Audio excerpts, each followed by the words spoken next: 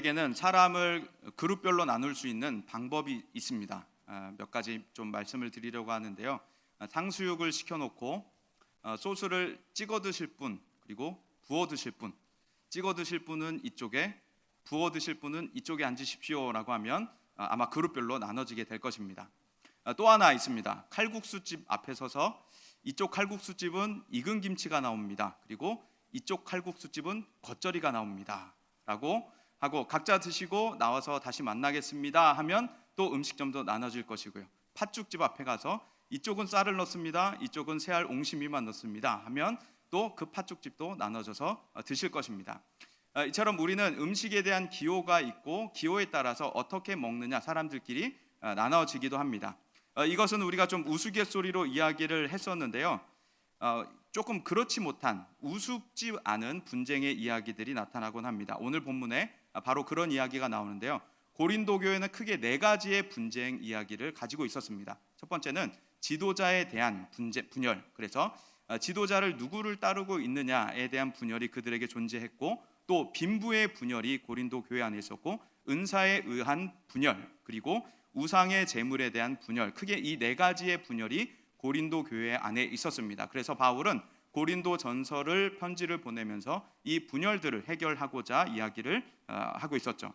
오늘 우리가 읽은 본문은 지도자에 대한 분열에 대한 이야기입니다. 그래서 자신이 좋아하고 따르는 지도자가 분명히 있었고, 그를 너무 좋아하기 때문에 그를 아끼는 마음, 그를 주장하고 싶은 마음이 그들 가운데 가득했었습니다.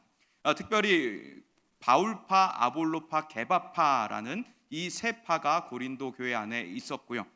이들은 존경받기 마땅한 사역자들인 것은 분명합니다. 그런데 그들이 분파로 나뉘어서 서로 시기하고 경쟁하기 시작했을 때는 이야기가 달라지게 되었습니다. 고린도에 가면은 바울 기념교회라고 있는데, 우리 사진 한번 띄워주시겠습니까? 고린도 교회는 바울 기념교회라는 곳이 있는데, 그 교회 입구 왼편에 보면 우리로 말하자면 역대 담임 목사님, 담임 목회자 명단이 쭉 이렇게 돌에 새겨져 있었습니다. 제가 갔던 2011년도 다른 동행한 분이 찍어주신 사진인데요. 여기 보면은 1대에는 바울이라고 써져 있고요. 2대에는 아볼로, 그리고 3대에는 실라, 우리가 잘 아는 이름들이죠. 1대, 2대, 3대 그 전설적인 이름이 쭉 써져 있고, 4대 소스데네 하면서 쭉 이렇게 이름이 이어져 나갑니다. 제가 갔던 2011년도에는 2006년도부터 와서 섬기고 계시는 89대째 사역자분이 계셨습니다. 물론 이제 그리스 정교회이긴 하죠. 89대째 사역자분이 계시는 그 돌판을 보면서 참 여러 가지의 생각들이 교차했었습니다. 우리 교회도 89대를 뵐 수 있기를, 우리는 물론 못 보겠지만 89대 목회자를 모시기까지 교회가 평안할 수 있기를 소망합니다. 그 전설적인 명단 1대, 2대, 3대, 소스데네까지 그렇게 유명한 사람들의 이름들을 쭉 나열되어 있는 걸 보면서 심장이 쿵쾅쿵쾅했습니다. 그리고 한편으로는 와, 이 교회는 진짜 참 자부심이 대단하겠다. 1대 목사님이 바울이, 2대가 실라, 2대가 아볼로가, 3대가 실라, 이런 유명한 사람들이 사역을 했더라면 참 자부심이 대단하겠다라는 마음이 들었었습니다. 저도 그런 마음이 들었는데, 그분들을 실제로 봤던 그 고린도 교회 성도들의 마음에는 자부심이 상당히 대단했었겠죠. 그래서 게바파와 아볼로파, 바울파 세 파로 나눠지게 됐었는데요. 게바파는 베드로를 따르는 사람들이었습니다. 물론 베드로는 고린도에 직접 방문해서 직접적인 사역을 하는 경우는 없었습니다. 그런데 베드로는 12사도 가운데 수제자였었고, 예루살렘 교회의 지도자였었기 때문에 굉장히 중요한 교회의 지도자였고, 제자 중에 수제자다라고 하는 것 때문에 많은 사람들이 베드로를 흠모하고 있었습니다. 그래서 베드로가 최고다, 베드로가 사역자 중에 최고다, 으뜸이다라고 하는 사람들이 존재했었죠. 아볼로라고 하는 사람은 알렉산드리아 출신의 유대인이었었는데, 이 사람은 헬라 철학에 특별히 수사학이라고 하는 말을 어떻게 해야 하는지에 대한 그것을 능통했었기 때문에 말을 굉장히 잘하는 사람으로 알려져 있죠. 성경에도 능통할 뿐만 아니라 말까지 잘하니까 듣는 사람들이 성경을 듣고 명쾌하게 이해하고 뿐만 아니라 재밌기까지 하니까 아볼로에 대한 인기가 대단했었습니다. 그래서 많은 사람들이 아볼로가 최고야를 했던 거죠. 또 바울이라고 하는 사람은 우리에게 알려진 대로 고린도 교회를 개척한 사람이었습니다. 고린도 교회를 시작했던 사람이기 때문에 바울이 최고야라고 하는 사람들이 존재했었습니다. 이들은 존경받기에 합당한 탁월한 사역자들임에는 분명하지만 사람들의 죄성에 의해서 이렇게 분파로 나눠지고 분쟁이 일어나게 될 때는 우리가 조금 그 부분을 조심해야 하는 것이죠. 물론 바울과 아볼로와 베드로가 이것을 의도한 것은 아니었습니다. 그런데 고린도 교회 안에는 바로 이런 모습들이 존재했던 것이었죠. 대학교 선교단체 중에 커다란 유명한 국제 선교단체 세 곳이 있습니다. 예수전도단이라고 하는 곳과 CCC, IVF라고 하는 곳이 있는데요. 이 세 단체를 특징 짓는 재미난 지어낸 이야기가 있습니다. 잠깐 소개를 해드릴게요. 이들이 모임을 하고 있었는데 모임이 마쳐지자 밖에 눈이 잔뜩 내려가지고 사람이 나갈 수 없을 정도로 키보다 높이 눈이 쌓였습니다. 이때 이들의 반응, 먼저 CCC 시맨들은 야, 삽 가져와, 빨리 퍼 해가지고 다 삽을 들고 막 삽으로 눈을 퍼내면서 길을 만드는 사람들입니다. 삽이 없다 그러면 손으로라도 푸고 막 머리를 들이밀면서 풀고 어쨌건 그렇게 저돌적으로 없는 길을 만들어낼 수 있는 사람들이 바로 시맨인 CCC들이죠. 그리고 IVF는 야, 우리가 집에 가기 힘드니까 이참에 모여서 성경 공부하자라고 말하면서 그 자리에 계속 앉아서 책을 펴고 독서를 하거나 또 성경 공부를 하는 학구적인 사람들이 바로 IVF라들입니다. 또 예수전도단 YM들은 밖에 눈이 왔다 그러면 그들은 갑자기 돌아서서 하나님께서 우리에게 이 일 허락하신 것을 우리가 기도해 봅시다. 하나님이 우리에게 무엇을 가르치실지 한번 하나님의 음성을 들어봅시다 라고 하는 것이 YM들의 예수전도단 사람들의 이야기입니다. DTS 받으신 분들은 무슨 이야기인지 아마 크게 공감을 하실 겁니다. 여러분들은 어떤 유형에 속하시나요? 삽을 들고 푼다, 삽이 없으면 손으로라도 푼다, 머리로라도 들이민다, 아니면 이렇게 됐으니 우리는 모여서 성경 공부하자, 가지고 온 책을 읽고 우리 북쉐어링을 하자, 아니면 우리가 기도해보자, 하나님이 왜 우리에게 이런 일을 허락하셨는지 주의 음성을 들어보자. 여러분들은 어떤 유형에 해당하시나요? 저는 YM 출신이긴 하나 삽을 들고 빨리 퍼서 집에 가자라는 성격에 가까운 사람입니다. 그래서 어쩌면 하나님께서 저를 YM에 보내셨을지도 모르겠다는 생각이 들었습니다. 그런데 이들은 이렇게 각기의 특징들을 가지고 있고 이 세 단체를 제외하고도 무수히 많은 대학생 선교단체들이 대학교 안에 침투하여서 많은 대학생들에게 하나님의 말씀을 가르치고 예수의 복음을 증거하고 있습니다. 그래서 그곳에서 대학생들을 얻고 그들을 말씀으로 양육하여서 또 대학교 안에 있는 문화들을 점점 예수의 문화로 넓혀가는 것, 예수의 문화로 물들여가는 것을 꿈꾸면서 대학교 안에서 그렇게 힘들게 헌신을 하고 있습니다.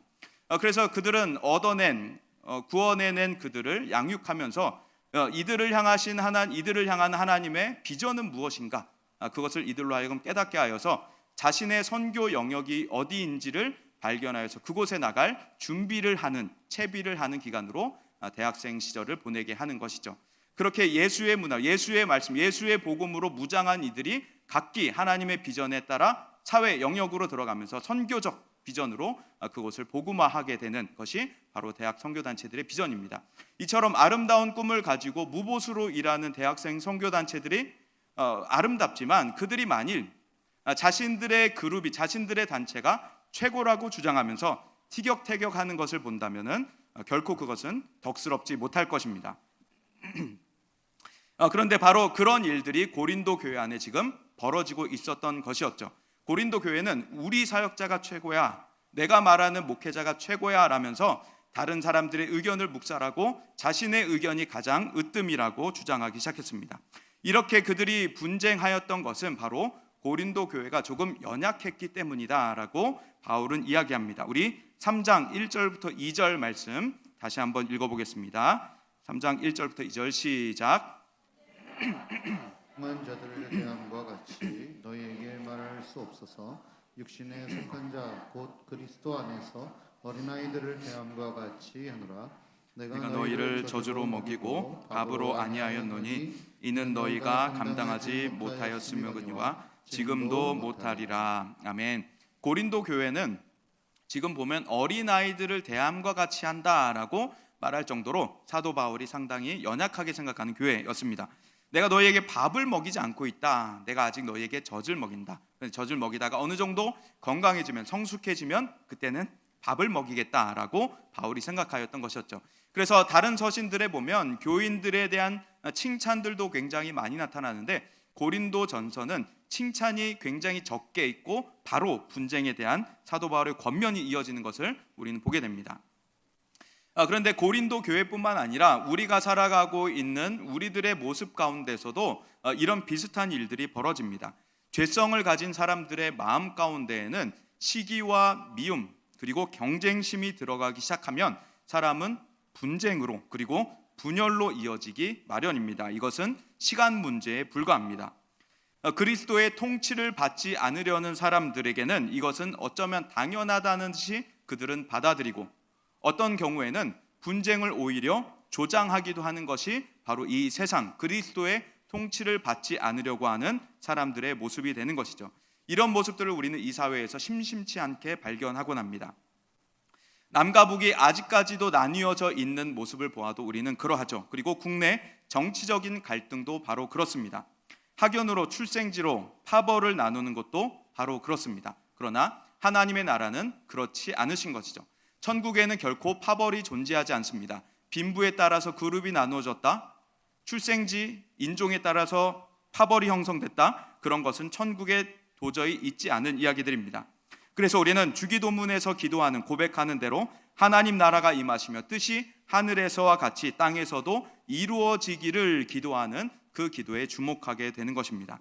우리는 이 기도를 드리면서 주님께 고백하면서 우리 마음 가운데 품으면서 동시에 우리는 해야 할 그리스도인으로서 해나가야 할 과업들이 있게 되는 것입니다. 바로 분쟁 가운데 우리가 해야 하는, 또 분열된 세상 가운데 우리가 해야 하는 것들은 바로 화목해야 하는 것들이죠. 저는 가끔 제가 저를 스스로 화목의 아들이라고 주장하곤 합니다. 제가 왜 화목의 아들이 되냐면 저의 외가는 경상북도 대구, 그리고 저의 친가는 전라남도 광주십니다. 정치적으로 보면은 서로 이렇게 극렬하게 싸우는 곳이죠. 저의 외할아버지 또한 대구 분이시고 저희 외할머니는 광주 분, 두 분이 결혼하셔서 대구에서 사시다가 저희 어머니가 대구에서 태어나시고 어릴 적에 초등학교 3학년 나이 때 광주로 가시면서 광주에 계신 아버지를 나중에 만나서 결혼해서 그 아들 태어난 것이 화목의 아들인 바로 저입니다. 저는 이처럼 동서를 이을 수 있는 사람입니다. 어느 곳도 저는 비난할 수가 없는 사람, 전국 팔도를 비난할 것이 없는 사람이 바로 저이죠.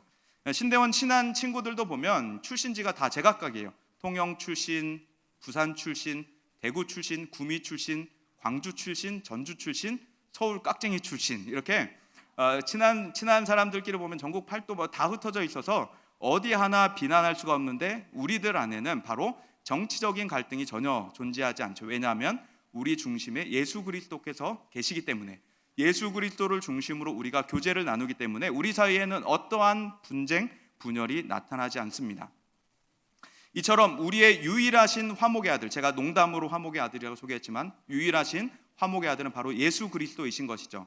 하나님과 원수처럼 지내던, 하나님께 대항해서 지내던 우리들을 불쌍히 여겨주셔서 자신의 몸을 제물로 바치시면서 하나님과 우리를 화목하게, 하나님과 세상을 화목하게 하신 분이 바로 예수 그리스도이신 것입니다. 그래서 예수 그리스도께서 계시는 곳에는 분쟁이 그치게 되고 분열이 화해하게 되고 화목으로 나아가게 되는 것입니다. 예수님께는 세상의 오염이 닿지 않고 오히려 예수님의 정결하심이, 거룩하심이 세상에 오히려 역으로 전해지게 되는 것입니다. 12의 혈루증을 앓던 여인이 바로 그것을 잘 보여주고 있습니다. 율법상으로 저주해, 그리고 육체상으로 부정한 그 여인이 예수님의 옷깃에 손을 대기만 하자 율법상 저주와 신체상 부정이 예수님께 전달된 것이 아니라 오히려 예수님 안에 계시는 그 거룩과 정결함이 그 여인에게로 전달되었던 것입니다. 그래서 예수님은 오염되지 않으시고 오히려 그 여인을 깨끗게 하실 수가 있었던 것이었죠. 그래서 예수님을 따르는 이들에게는, 예수님을 중심으로 모시는 공동체에게는 바로 그러한 능력들을 가지고 있는 것입니다. 부정한 것, 모든 것들을 씻을 수 있는 능력, 정결하게 하는 능력이 있는 것입니다. 바로 여러분과 저에게도, 우리 교회에도 그런 능력을 하나님께서 허락하여 주신 것입니다. 그래서 우리가 이 능력을 믿고 나아가서 기도할 때면은 하나님께서 그 기도 위에 역사하셔서 모든 부정함들을 씻으시고 예수 그리스도의 정결함이 그곳에 나타나게 하는 것이죠. 마치 베를린 장벽이 무너져서 동독과 서독이 하나로 통일돼 이어진 것처럼 우리의 기도를 통해 모든 이 세상의 담과 장벽들을 허물어 버리시고 동쪽과 서쪽을 이어버리시는 것이 바로 우리 기도의 능력인 것입니다. 이처럼 세상은 분쟁하고 그 분쟁의 분열로 이어지지만 결코 예수 그리스도의 사람들에게는 그 영향을 끼치지 못하는 것입니다. 왜냐하면 교회에는 분쟁이 나타난다 할지라도 화해하게 되고 화목함으로 변화되기 때문인 것입니다. 우리 중심에 계신 예수 그리스도 때문에 바로 우리는 그런 은혜를 경험할 수가 있게 되는 것이죠. 말씀을 준비하면서 한 가지 흥겨운 노래가 떠올랐습니다. 그래서 참 이 노래를 부르고 싶었는데, 설교 후에라도 부르고 싶었는데 가요라서 할 수 없는 노래, 전라도와 경상도를 가로지르는 섬진강 줄기 따라라고 하는 그 노래가 막 생각이 났습니다. 그리고 그 가사를 찾아봤는데 가사가 참 정겹더라고요. 하동 사람 구례 사람 장을 펼친다고 구경 한번 와보세요라고 노래를 신나게 부릅니다. 그래서 화개장터를 인터넷으로 검색해 봤더니 사진이 너무 가보고 싶은 거예요. 재래시장을 제가 너무 좋아하다 보니까 너무 구경 가보고 싶은 겁니다. 시간이 나면 한번 갈지도 모르겠습니다. 그 가사를 쭉 보면 광양에선 삐걱삐걱 나룻배 타고, 산청에선 부릉부릉 버스를 타고, 사투리 잡담에다 입씨름 흥정이, 오시면 모두 이웃사촌. 이게 화개장터에서 부르는 노래인 것이죠.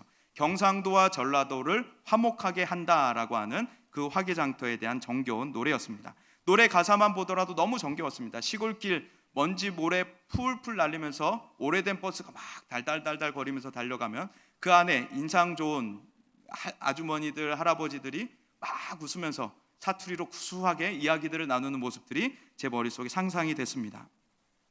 경상도와 전라도라고 하는 예민한 두 지역을 이어주는 노래 화개장터, 그 노래를 볼 때 있어야 할 건 다 있고요, 없을 건 없답니다 라고 소개를 합니다. 실제 화개장터를 검색해 봤을 때 그런 소개를 꼭 달고 있더라고요. 없는 것 빼고 다 있는 화개장터라고요. 없는 것 빼고 다 있는 화개장터. 그런데 제 마음 안에 그런 소망이 생겼습니다. 진정한 화개장터는 바로 우리 교회다라고요. 여러분 이것을 믿으십니까? 진정한 화개장터는 바로 하나님이 세우신 교회이고 예수 그리스도의 몸된 교회이며 우리 교회인 것입니다. 왜냐하면 예수 그리스도께서 계시기 때문에 마음에 미움과 시기가 가득한 사람들이 예배당으로 올라왔다가 예배를 드리고 돌아서 나아갈 때면 마음과 시기들을 다 주의 제단 앞에 내려놓고 예수 그리스도께서 주시는 용서와 사랑으로 다시 나아가기 때문인 것입니다. 그 예수 그리스도의 마음을 품고 세상으로 나아가기 때문에 예수님 앞에 모든 증오심을 다 내려놓을 수가 있고 주님이 주시는 평안을 가지고 돌아갈 수가 있는 교회인 것이죠. 철망 앞에서라고 하는 노래도 있습니다. 남북한에 분열된 그 노래, 철조망을 사이에 두고 있는 노래인데요. 그 노래 가사 중에 보면 이런 가사가 나옵니다. 자 총을 내려 두 손 마주 잡고 힘없이 서 있는 녹슨 철조망을 걷어버려요. 전라도와 경상도뿐만 아니라 남과 북을 이어줄 수 있는 유일한 힘은 바로 예수 그리스도의 몸된 교회에게 있는 줄로 믿습니다. 하나님만이 그 일을 하실 줄로 믿습니다. 하나님이 우리를 통해 그 일들을 하실 줄 믿습니다. 하나님께서 우리의 기도를 통해 역사하실 줄 믿습니다. 바로 그런 화목의 일들을 나타낼 수 있는 것이 바로 교회인데, 화개장터에서 말하는 대로 없는 것 빼고 다 있다, 없는 것도 있지만 있는 것도 있다라는 것이 바로 교회인 것이죠. 그렇다면 교회에는 무엇이 없는가? 사도 바울이 말하는 대로 교회 안에는 갈라짐이 없습니다. 세상에서는 갈라짐과 분열과 분쟁이 있지만 교회 안에는 갈라짐이 전혀 없는 것입니다. 나누이는 것이 없고 정치적인 좌우의 갈라짐이 교회 안에는 없고 선호하는 지도자로 인한 갈라짐, 성격의 차이에 의한 갈라짐, 재산에 의한 갈라짐 등등 이 세상 모든 갈라짐들이 교회 안에만 들어오면 다 힘을 잃고 사라져 버리게 되는 것입니다. 왜냐하면 우리 중심에 예수 그리스도께서 계시기 때문입니다. 작년 11월 28일 주일 담임 목사님 설교 중에 같은 마음으로 조율하고 하나님의 영광이란 악보를 연주해 같은 하모니로 노래하자라고 말씀하셨던 것을 기억하실 것입니다. 교회가 바로 그러한 공간인, 그러한 공동체, 예수 그리스도의 몸, 하나님의 백성, 성령의 전인 것이죠. 그래서 교회 안에는 갈라짐이 없고 아름다운 노랫소리와 잔치만이, 웃음소리만이 가득하게 되는 것입니다.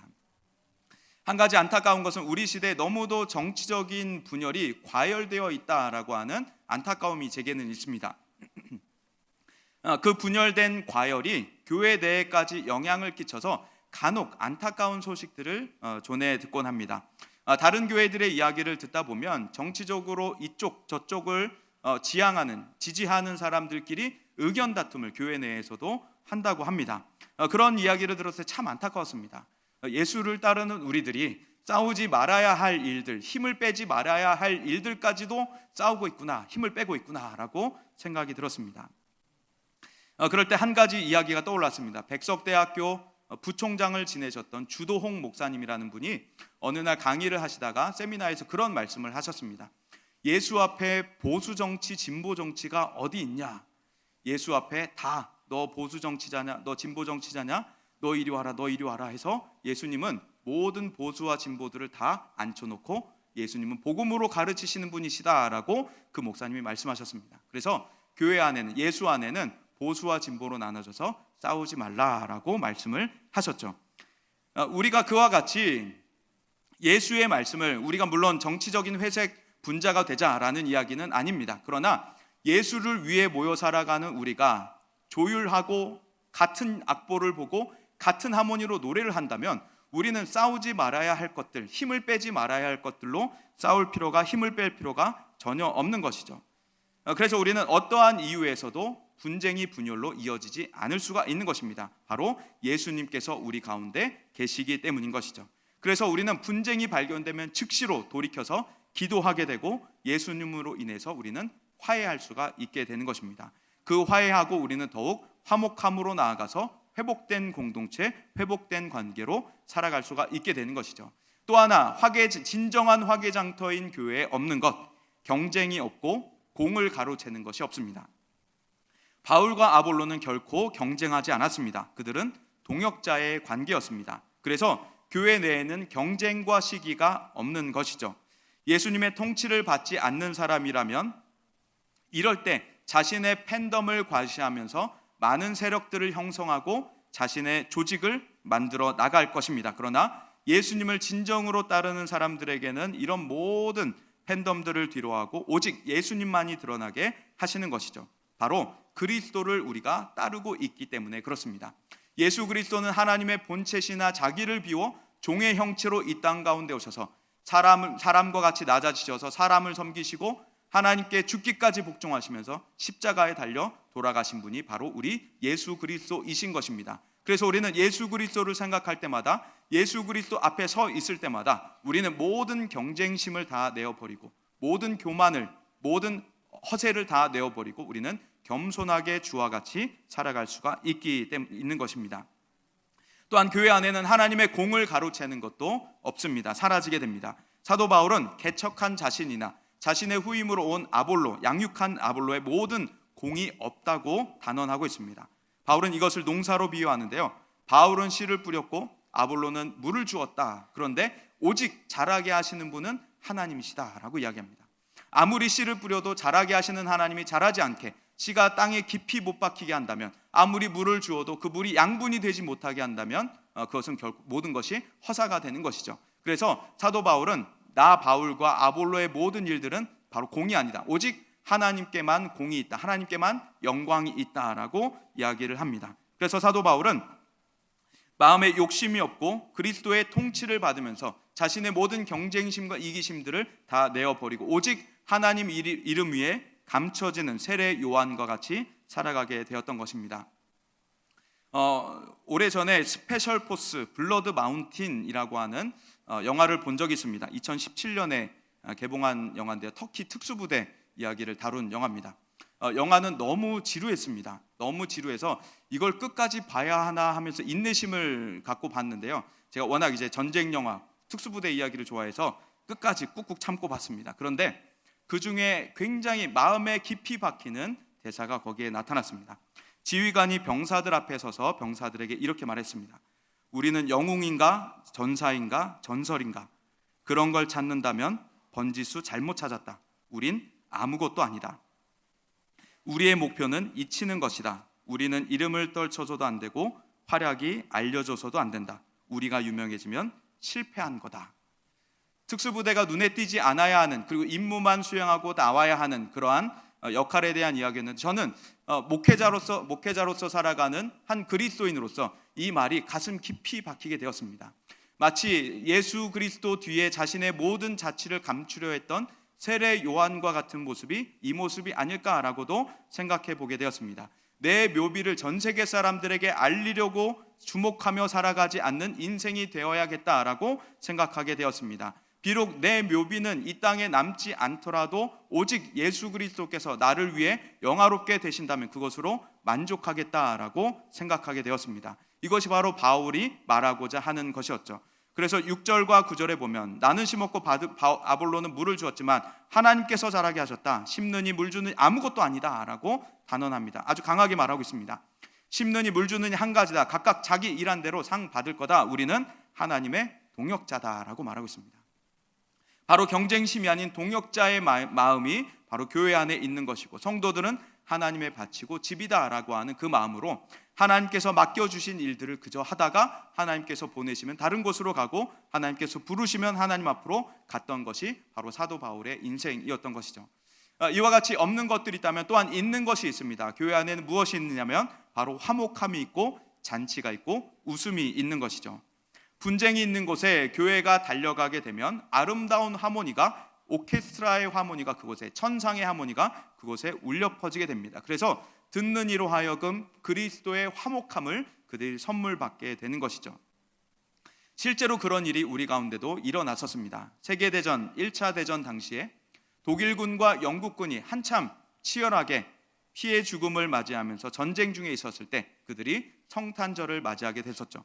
캐롤이 울려 퍼지자 그들은 총을 내려놓고 그곳에서 함께 캐롤을 부르면서 어깨동무를 하고 기념사진을 찍고 예수 그리스도의 성탄을 축하하면서 축제로 보내게 됐었습니다. 그래서 우리나라에는 크리스마스 휴전이라고 알려져 있는, 잠시 정전하였던 그 비록 짧은 시간이어서 너무 안타깝지만, 성탄절이 지나고 다시 전쟁이 시작되었지만 짧은 시간이었지만 그 정전이 시사하는 바가 너무도 크다고 생각합니다. 이처럼 예수 그리스도께서 계시는 곳이면, 예수 그리스도의 음악이, 노래가 퍼져나가는 곳이라면 바로 이 세상 모든 분쟁과 분열이 멈추게 되고 화해와 화목함이 그곳에 있게 되며 웃음소리와 잔치가, 전쟁터가 잔치로 바뀌게 되는 일들이 있게 되는 것입니다. 이런 일들을 하나님께서 지금 우리를 통해 해나가고 계시는 것입니다. 우리 가운데 계시는 예수 그리스도께서, 우리 가정 가운데, 우리 교회 가운데 계시는 예수 그리스도께서 우리의 교회와 우리의 가정을 화목하게 지키고 계시는 줄로 믿습니다. 뿐만 아니라 하나님께서 우리 성남제일교회를 이곳 가운데 세우셔서 성남과 수도권과 전국과 전 세계 예수 그리스도의 화목함을 전달하게 하고 계시는 줄로 믿습니다. 세상에는 분쟁이 분열로 이어집니다. 하지만 교회는 분쟁을 치유해 화해와 화목으로 발전할 수 있습니다. 바로 하나님께서 우리의 걸어다님을 통해, 기도를 통해, 우리가 살아가는 것을 통해 그런 일들을 해나가고 계십니다. 그래서 가정과 교회뿐만 아니라 우리가 속해 있는 직장과 사회 그 영역까지도 예수 그리스도의 화목함을 통하여서 하나님의 평안이 그곳 가운데 전달되고 있는 줄로 믿습니다. 이와 같이 우리는 예수 그리스도의 움직이는 교회임을 우리가 기억하면서, 하나님의 화목의 도구임을 우리가 기억하면서 분쟁이, 분열이 있는 곳을 우리가 기도로서 치유하고 하나님과 사람들, 하나님과 세상을 화목하게 나갈 수 있는 우리가 다 되기를 소망합니다. 그렇게 주님 앞에 기쁨이 되는, 또 하나님의 얼음 냉수와 같은 우리의 삶이 다 되어서 날마다 하나님께 영광을 올려드리는 우리의 삶이 다 되기를 간절히 소망합니다. 이 시간 우리 찬양 드리고